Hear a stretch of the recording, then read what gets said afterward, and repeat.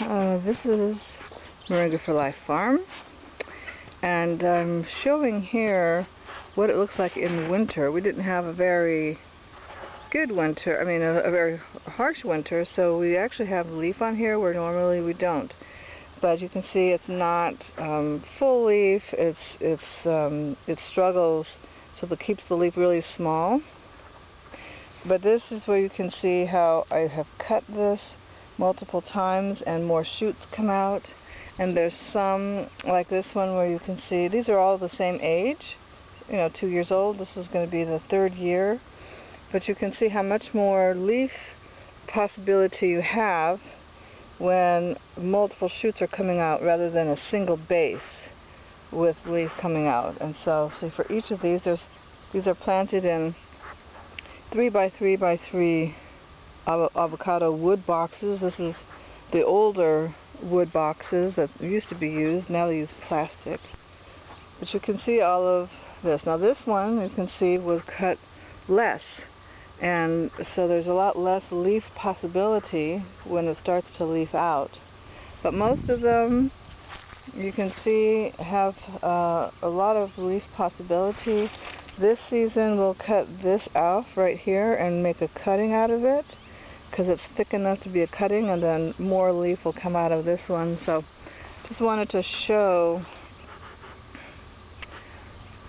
this kind of cutting and planting so that you can see in areas where you have a shorter season, you can grow it this way. And even though they're all the same age, you can see that moringa, some grow faster and better than others. And during the off season, we plant beans in the containers. So there you can see some of the boxes have beans growing along. Okay, so this row over here we didn't cut much at all, and so you can see this, for example, we had to tether it down so it would fit under the greenhouse hoops.